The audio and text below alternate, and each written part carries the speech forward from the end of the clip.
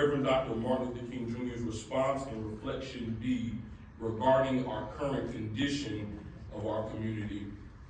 If he were here and alive today, what would he say regarding the current state of affairs in our country and in our community?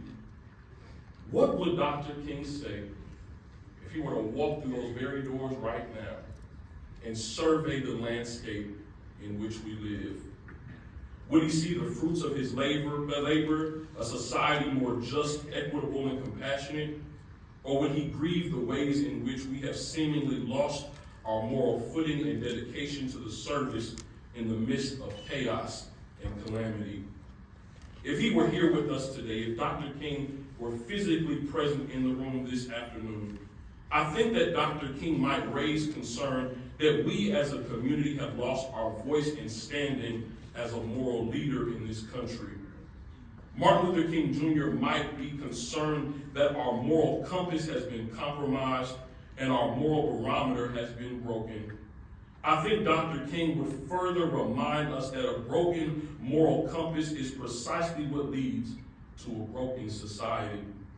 He might question whether we have lost our collective voice, our ability to speak and stand as a community grounded in unity, hope, and equality.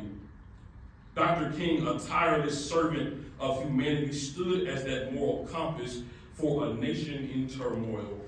And while we often celebrate his peaceful, nonviolent philosophy, we must also remember that he was a man of radical courage. It is easy to romanticize Dr. King, to reduce his legacy to sound bites about peace while ignoring the challenging truths he proclaimed. We must remember that Dr. King was a leader who also challenged capitalism, fought for workers' rights, and demonstrated justice for those who were marginalized. So, we return to our question. What would Dr. King say if he saw that in our time we often seem more outraged by the banning of TikTok than by health inequities that disproportionately affect people of color? What would he think of our collective silence in the face of structural racism in this community, such as redlining and segregation that have historically restricted access to quality housing, education, and health care?